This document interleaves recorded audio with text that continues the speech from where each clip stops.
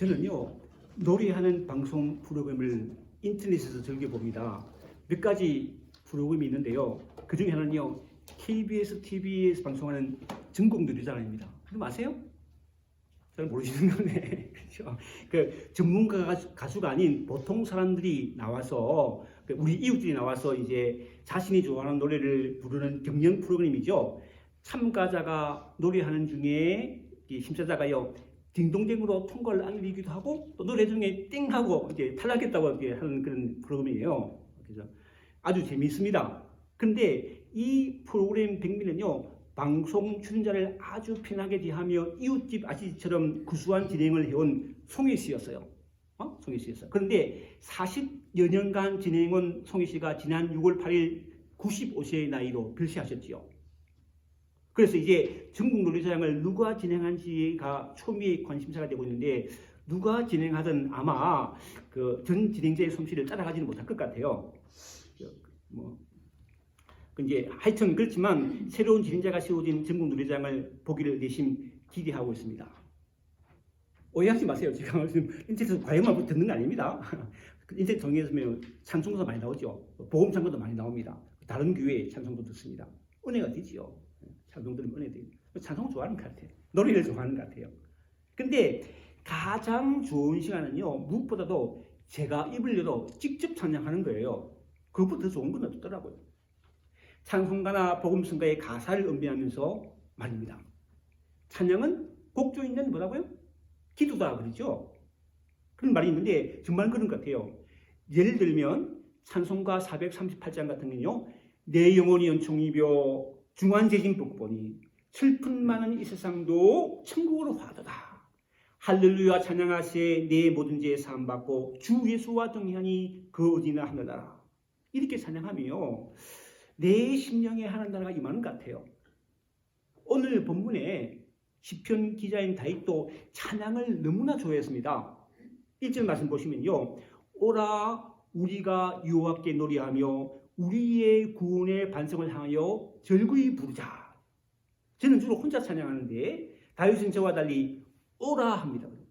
혼자서가 아니라 와서 같이 찬양하자는 것이죠. 이처럼 같이 찬양할 때 힘이 있고 은혜가 더욱 넘치는 것을 경험합니다. 오늘 우리는 교회에 모여서 예배하며 하나님을 찬양하는데요, 저는 마이크를 대고 찬양하기 때문에 제 찬송도 크죠. 그렇죠? 내가 아무래도 내보다 크죠. 근데 예배를 녹화하는 것을 들어보면요, 그 예배 제가 찬양한 뒤에 이름 소리, 찬양 소리 들려요. 은혜가 되더라고요. 은혜스러워요. 물론 우리 교회 해피타 찬양대의 찬양도 너무나 아름답고 은혜스럽습니다. 그런데 우리 사람만이 찬양한 것이 아니라 온 땅이 찬양한다는 것을 시편 66편 1절로 2절 보면서 깨닫습니다. 그걸 보면요, 온 땅이여 하나님께 즐거운 소리를 낼지어다. 그의 이름의 영광을 찬양하고 영어롭게 찬송할지어다. 저는 아침에 일어나면요, 곧바로 찬양하고 오늘의 말씀을 묵상하고 묵상 시간을 갖습니다. 그리고 나서 사택 식사 앞에 앉아서 아침 식사를 하는데, 식사를 할 때면요, 우리 사택문에 문 있죠. 문을 활짝 열고 식사해요. 신선한 공기 들어오라고. 근데 그 창문으로 신선한 공기만 들어올 뿐 아니라 이게 뭐가 들리는지 아세요? 뭐 들리게? 새소리죠. 야, 근데 새소리면 행복해요. 새가 온갖 새가 다 여러분도 그렇죠? 교회 더 그렇습니다. 교회 더 그렇고 새소리가 찾아오는데 정말 새소리가 새가요 몰랐는데 이게 하나님 찬양한다는 거예요. 찬양한다는 거예요. 그런데 나는 새가 노래나 한다는 생각했는데 이거 성경 보니까 찬양한다는 거예요. 그런데 우리의 찬양은 새들의 찬양과는 차원이 다르다고 시편 기자가 말합니다. 왜냐하면 우리의 찬양은요, 하나님이 우리의 구원의 반성이심을 믿고 드리는 것이기 때문입니다. 오늘 일절을 현대인의 성경 다시 읽어보면요, 자 여호와를 찬양하자. 우리의 구원의 반석이 되시는 하나님께 기쁨으로 노래하자. 그래서 이제 반석이란 말을 국어의 사전에 찾아보니까요, 넓고 평평한 돌이라고 나오더군요. 맞는 얘기죠. 근데 이 본문의 의미하고는 조금 약한 것 같아. 약간 느낌이 들었습니다. 왜냐하면 오늘 본문에서 말하는 반석은요, 그냥 단순히 큰 돌이 아니라 무엇으로도 절대로 끼어지지 않는 아주 큰 돌을 의미하는 것이라고 여기기 때문입니다. 하나님이 우리에게 주시는 구원은요, 절대로 끼어지지 않는 반석처럼 절대로 사라지지 않는 영원한 것이기에 하나님께 기쁨으로 노래하자는 것입니다. 그래서 시편 89편 25절로 26절에서 시편 기자는 이렇게 고백합니다. 내가 또 그의 손을 바다 위에 놓으며 오른손을 강들 위에 놓으리니 그가 내게 부르기를 주는 나의 하나님 아버지시요 나의 하나님이시니 나의 구원의 바위시라 하였도다. 이 시편의 기자의 고백처럼 나의 아버지시요 나의 하나님이시요 나의 구원의 바위신 하나님을 늘 찬양하는 저와 여러분 되기를 바랍니다. 오늘 본문에서 사유신이 한 발 더 나아가 우리가 감사함으로 찬양하며 시를 지어서 여호와께 하나님을 찬양하자고 그렇게 말합니다. 2절 이를 읽어보면요, 우리가 감사함으로 그 앞에 나아가며 시를 지어 즐거이 노래하자. 구약 성경에 나오는 유대 선지자 중에 요나, 아미떼의 아들 요나는요, 하나님의 말씀을 거스려 제 마음과 제 뜻대로 산 아주 대표적인 인물이었죠. 그렇죠? 요나. 하나님께서 요나에게 너는 일어나 저 큰 성읍 니느웨에 가서 그것을 향하여 외치라. 그 악독이 내 앞에 상달되었음이라고 말씀하셨습니다. 하나님의 말씀을 거스려 온갖 악을 행하는 니느웨를 불쌍히 계셔서 회개하고 돌아오는 메시지를 전하는 것이었어요. 요나는요, 그런데 그런 하나님의 명령을 듣고도 다시스로 도망하려고 옆바로 내려갑니다. 왜? 자신이 전하는 하나님의 회개의 메시지를 듣고 니느웨가 돌이켜 구원받는 것이 쉽기 때문이죠. 쉽기 때문입니다. 요나는요, 유다 민족을 괴롭힌 이방 민족인 니느웨가 죄로 멸망하기를 원한 것입니다. 쉽기 때문에. 그러나 하나님의 마음은 달랐다는 거예요. 우리나라 속담 이런 말이죠.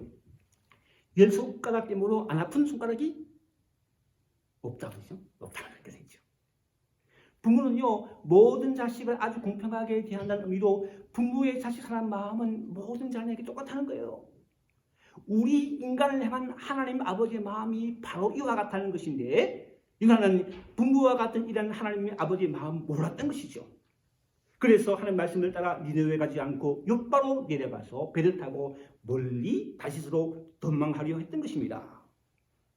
이러한 요나를 보시고 하나님요, 큰 바람을 내리시사 바다 가운데 큰 폭풍을 일으켜서 요나가 담배가 거의 깨어지게 되었습니다. 이러한 무서운 환난이 하나님께 불순종한 요나로 말미암았다는 것을 깨닫게 된 배를 탄 사람들이 결국은요, 어쩔 수 없이 요나를 바다에 던지게 됩니다. 그리고 나서야 비로소 폭풍 치는 바다가 잔잔하게 되고 배에 탄 사람들이 여호와를 크게 두려워하며 여호와께 제물을 드리고 순하는 역사가 일어납니다. 한편 바다에 던져진 요나는요, 하나님께 예비하신 큰 물고기에 삼킨 바 되었는데 요나는 물고기 뱃속에서 회개하며 하나님께 기도하죠. 요나의 기도입니다. 내 영혼이 내 속에서 피노할 때에 내가 여호와를 생각하였더니 내 기도가 죽기 이르러 사오며 주의 성전에 비춘나이다. 거짓되고 헛된 것을 숭상하는 모든 자는 자기의 베푸신 은혜를 버리사오나 나는 감사하는 목소리로 죽기 제사를 드리며 나의 성을 죽기 가까운 갚겠나이다. 구원은 여호와께 속하였나이다. 불순종으로 당한 환난에서 여호와 하나님께 비로소 감사할 때 하나님께서 물고기에게 말씀하시어 요나를 육지에 토하게 하십니다. 그리고 그가 니느웨에 가서 하나님의 말씀을 선포하여 니느웨 백성들이요 회개하고 구원받게 하신 것입니다. 이처럼요, 우리가 하나님 앞에 감사하는 게 너무나 중요하다는 거예요. 너무나 중요하다는 거예요. 시편 147편 7절에서도 시편기자는요, 감사함으로 여호와께 노래하며 수금으로 하나님께 찬양하자고 했습니다. 사도 바울은 데살로니가전서 5장 17절에서 범사에 어떻게 하라고요? 감사하라. 이것이 그리스도 예수 안에서 너희를 하나 하신 하나님의 뜻이니라 합니다. 우리가 섬기는 여호와 하나님께서 모든 것을 힘내가 설득 믿기에 지금 조금 부족한 게 있더라도 힘낼 줄 믿기에 우리는 범사의 모든 일에 감사할 수 있고 우리를 구원하시는 놀라운 사랑에 실지어 함을 찬양하는 것입니다. 이어지는 3절로 5절로는 우리가 여호와 하나님을 찬양해야 할 이유를 좀 더 분명하게 보여줍니다. 3절을 말씀 보면요, 여호와는 크신 하나님이시요 모든 신들보다 크신 왕이시기 때문이로다. 제가 듣기로는요, 일본은 다신 문화, 다신 종교 문화라고 그래요. 일본 사람들은요, 신이 800만 명입니다. 800명. 사실인지 모르겠어요. 그렇다고요. 그래서 일본 사람들 이사 갈 때요, 신에게 물어보고 간대요. 언제 가야 되는지, 어디로 가야 되는지 묻고 그다음 한다는 거예요. 근데 한 가지 예의가 있다, 예의. 신이 하늘로 가서 회의하는 날, 그날은요, 안 묻고 가도 된대요. 뭐 사실인지 모르겠습니다. 이야기 듣는 이야기니까. 이처럼 한마디로 귀신의 메인 삶을 살아가는 것이죠. 그러나 우리가 섬기는 하나님은 그렇지 않습니다. 우리가 하고 싶은 것을 하기를 원하시는 게 하나님의 뜻이에요. 그것이 하나님 말씀에 거스르지 않고 지금 뜻이 거스르지 않는다면 우리가 하고 싶으면 하면 돼요. 하나님의 뜻이라는 거예요. 생각해 보세요. 이 세상의 모든 부모는요, 자기가 낳고 기른 자식이 나쁘고 잘못된 일이 아니라면, 나쁘고 잘못된 일이 아니라면 자식이 하고 싶은 것을 하도록 지원해주고 후원해주는 것처럼 우리 하나님도 그렇게 하신다는 거예요. 이처럼 우리가 믿고 섬기는 의지한 하나님은요, 크신 하나님이시며 모든 신들 위에 유리한 왕이시기 때문에 우리는 여호와 하나님 아버지께 찬양하며 실지어 즐겁게 노래하는 것입니다. 오늘도 찬양 노래를 했잖아요, 그죠? 우리가 찬양하며 즐겁게 노래하는 우리 구원의 여호와 하나님이 어떤 분인가를 4절 5절이 또한 잘 보여주고 있습니다. 4절 5절 읽어보면요, 땅의 깊은 곳이 그의 손 안에 있으며 산들이 높은 곳도 그의 것이로다.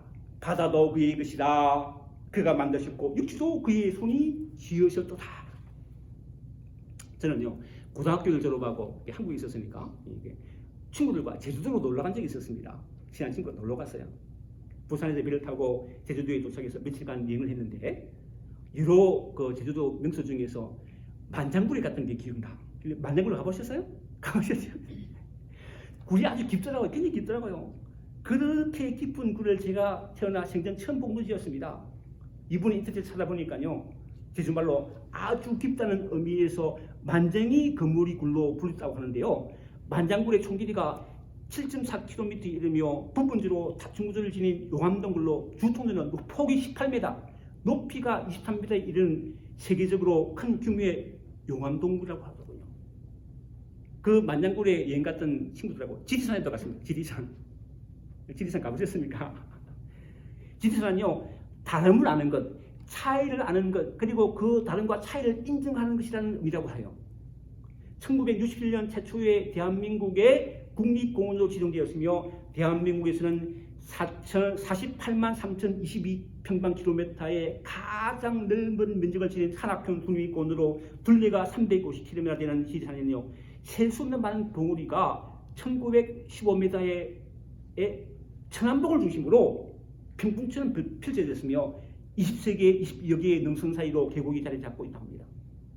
그 지리산을 친구들하고 등반하면서 얼마나 좋았는지 모릅니다. 그때는 뭐 숫자는 몰랐죠. 좋았어요. 신선한 공기, 우거진 숲, 그리고 지리산 천안봉 등상에서 내다본 기막힌 풍경이 지금에 서울합니다. 기막혀요. 그런데 이러한 어마어마하게 깊은 만장굴, 어마어마하게 높은 지리산이 여호와 하나님의 손 안에 있고, 그 넓은 태평양 바다, 또 육지도 하나님의 손으로 지으셨다고 다윗은 믿음으로 고백하면서 이처럼 크고 위대하신 하나님께 우리가 해야 할 일은요, 경배하는 일이라고 말한다는 거예요. 6절이죠. 지금 보시면 오라, 우리가 굽혀 경배하며 우리를 지으신 여호와 앞에 무릎을 꿇자. 시편 기자인 다윗은요, 이스라엘 백성들을 향하여 오라, 큰 하라고 해요. 이것을 히브리는 보우라고 하는데, 이것은요, 그냥 오라는 게 아니라 이스라엘 백성들에게 그들이 하나님의 언약 관계에 있음을 상기시키는 표현이라는 거예요. 출애굽기 24장에 보면요, 하나님께서 시내산에서 모세를 부르셔서 이스라엘을 하나님의 백성으로 삼으십니다. 언약을 맺으세요. 너는 내 백성이다. 세상을 구원한 내 입에서 제사장 나라다. 이게 언약을 세웠는 거예요. 언약 관계라는 거예요. 약속 관계라는 거예요. 그리고 신약 시대에는 예수 그리스도의 죽음을 통하여 구약 시대에 세워진 이 언약이 온전히 성취되었다는 겁니다. 고린도전서 11장 23절로 25절 말씀인데요. 읽어보면 내가 너에게 전한 것은 죽게 받은 것이니 곧 주 예수께서 잡히시는 밤에 떡을 가시사 축사하시고 떼어 이르시되 이것은 너희를 위하여 내 몸이니 이것을 행하여 나를 기념하라. 19회 또한 그와 같이 전해가시고 이르시되 이제는 내 피로 세운 새 언약이니 이를 통하여 마실 때마다 나를 기념하셨으니 너희가 이 떡을 먹으며 이 잔을 마실 때마다 주의 죽으심을 그가 오실 때까지 전하는 것이다. 우리는 코비드 상황으로 지난 2년간 성찬절 가지기 못했는데 교회에서 성찬절을 갖는다는 것은요, 방금 읽은 말씀처럼 우리를 위해서 십자가에 주신 예수를 믿음으로 말미암아 하나님의 백성, 새 언약의 백성이 되었다는 걸 기록한다는 것이죠. 이처럼 언약의 백성인 우리가 함께 여호와 하나님을 예배하며 요 앞에 무릎을 꿇자고 다윗이 바라고 있다는 거예요. 시편 96편 8절로 9절에서도 여호와께 예배하라고 명령합니다. 읽어보면요, 여호와 이름에 합당한 영광을 그에게 돌지어다. 예물을 들고 그의 궁중에 들어갈지어다. 아름답고 거룩한 것으로 여호와께 예배할지어다. 온 땅이여 그 앞에 떨지어다. 예배한다는 것, 경배한다, 얼마나 큰 뜻인지 모릅니다. 우리는 하나님 백성이라는 거예요. 하나님 백성, 하나님이 책임지시죠. 그렇다는 거예요. 다니엘서를 보면요, 다니엘은 유대인으로서 바벨론 다리오 왕이 세운 세 명의 총리 중 한 사람이 됩니다. 유대인인데 바벨론 총리가 되었다는 거예요. 유능했기 그렇겠죠. 하나님께 주신 지혜로 다니엘이 총리 일을 잘 감당하자 이를 시기한 다른 총리들과 고관들이 다니엘을 고발할 근거를 찾습니다. 그러나 아무 발견하지 못하죠. 그러다가 다니엘이 여호와 하나님의 승리라는 것을 안 그들이 다리오 왕에게 구하기를 이제부터 30일 동안 누구든지 왕위의 어떤 신에게나 사람이 무엇을 구하면 사자굴에 던져넣기도 하자고 합니다. 이에 다리오 왕은요, 조수의 왕의 도장을 찍어 검령을 내립니다. 그때 다니엘이 어떻게 합니까? 다니엘서 6장 10절이죠. 다니엘이 이 조수의 왕의 도장이 찍힌 것을 알고도 자기 집에 돌아가서는 윗방에 올라가 예루살렘을 향한 창문을 열고 전에 하던 대로 하루 3번씩 무릎 꿇고 기도하며 그의 하나님께 감사하였더라. 여러분 왜 예배드리세요? 다니엘이 자신의 목숨을 걸고 그렇게 하나님께 입기 위하며 예배한 이유가 있었습니다. 왜요? 이 하나님을 믿었기 때문이죠. 그 믿음 때문에 사자굴에 던졌지만 이 하나님도 구원받은 것입니다. 오늘 본문 7절에서 다시 읽고 고백합니다. 그는 우리의 하나님이시요. 누구라고요? 그는 우리의 하나님이시요. 우리는 그가 기른 백성이며 그의 손이 돌보시는 양이기 때문이다. 우리가 세상 사는 세상에서도요, 자신의 아버지가 높은 고위직에 있으면요, 그 아들은 아무래도 혜택을 받죠. 예를 들어서 내 아버지 대통령이다, 알게 모르게 혜택을 받죠. 안 그렇습니까? 당연하죠. 그런데 구원의 반석이시오 모든 신들보다 크신 왕이시며 세상 만물을 손안에 다스리신 하나님을 아버지로, 우리 아버지로 부리는 하나님의 자녀가 된다면요, 세상이 무섭고 겁날 이유가 없죠. 그렇잖아요. 하나님의 아버지신데. 이처럼 다윗은 우리는 그 여호와 하나님께서 기르신 백성이라고 합니다. 하나님이 친히 기르시는 자녀라는 것이죠. 세상의 모든 부분은 자기 자신 사랑하죠. 자신 사랑하죠. 두말할 필요가 없습니다. 그런데요, 세상은요, 자신을 사랑하는 부모라고 해서 모든 부모가 자식을 잘 키우는 건 아니에요. 그렇죠? 부모가 욕심이 나서 자식을 키울 수도 있거든요. 또 부모가 지혜가 부족해서 잘 못 키울 수도 있거든요. 그렇잖아요. 사랑하지만 부모가 삶이니까 욕심이 생기고 잘못할 수 있다는 거예요. 그러나 여러분, 여호와 하나님은요 언제나 우리를 바른 길로 인도하신다. 어리석고 연약하기 짝이 없는 양인 우리들을 세상을 지으신 그의 크고 넓은 손으로 우리를 친히 돌봐 주시기 때문입니다. 그래서 아삽은요 시편 73편 13절에 이렇게 고백합니다. 우리는 주의 백성이요 주의 목장의 양이니 우리는 영원히 주께 감사하며 주 영예를 대대에 지납니다. 이어지는 8절로 11절 말씀은요 애굽에서 종살이하는 이스라엘 백성들을 불쌍히 여겨 구원하시어 가나안 땅으로 40년 동안 인도하시는 여호와 하나님의 손길이 있었는데 그것을 극복한 사람도 있어요. 구원받았는데 가나안 땅으로 가고 있는데 인도받고 있는데 그런데 이 이스라엘 백성들이 애굽 광야길을 걸으면서 여호와 손길을 거부했어요. 그 사람들은요 약속의 땅에 가나안 들어가지 못했어요. 이처럼 예수 믿어 제사함 받고 구원받는 우리들이 이 땅에 사는 동안 하나님의 인도하심, 성령의 인도하심을 거부하고 내 마음과 내 뜻대로 산다면 천국에 들어가지 못한다는 거예요. 사랑하는 성도 여러분, 원하기는 우리로 예수 믿고 구원받아 얼마나 큰 일입니까? 하나님의 자녀가 되었다는 거예요. 크신 왕이신 하나님의 자녀가 되었다는 거예요. 그래서 이 땅에서 천국을 맛보며 우리를 살게 하신 여호와 하나님을 찬양하며 예배하십시다. 이 세상을 지으시고 지금도 친히 사시는 여호와 하나님은 지금도 우리를 친히 기르시며 돌봐 주시기 때문입니다. 천국 가는 그날까지 이 땅에서 정말 잘 섬기며 찬양하며 예배하며 믿음으로 살아가는 저와 여러분 되시기를 주님의 이름으로 축원합니다. 기도하겠습니다. 아버지 하나님, 세상 만물을 지으시고 지금도 친히 사시는 여호와 하나님께서 우리를 친히 기르시며 늘 돌보아심을 믿고 늘 찬양하며 경배하며 살게 하여 주옵소서. 예수님의 이름으로 기도합나이다. 아멘.